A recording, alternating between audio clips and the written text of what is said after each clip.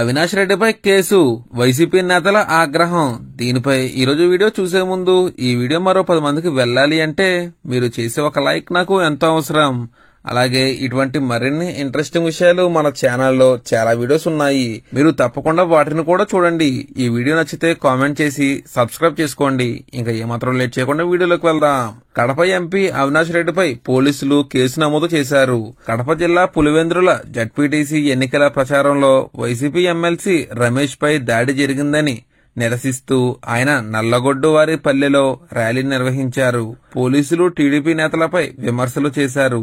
అయితే ర్యాలీకి అనుమతి లేని కారణంతో పాటు ఎన్నికల నిబంధనలను ఉల్లంఘించారని పోలీసులు చర్యలు చేపట్టారు. ఎంపీ అవినాష్ రెడ్డి, వైసీపీ రాష్ట్ర ప్రధాన కార్యదర్శి సతీష్ రెడ్డితో పాటు పలువురుపై కేసులు నమోదు చేశారు.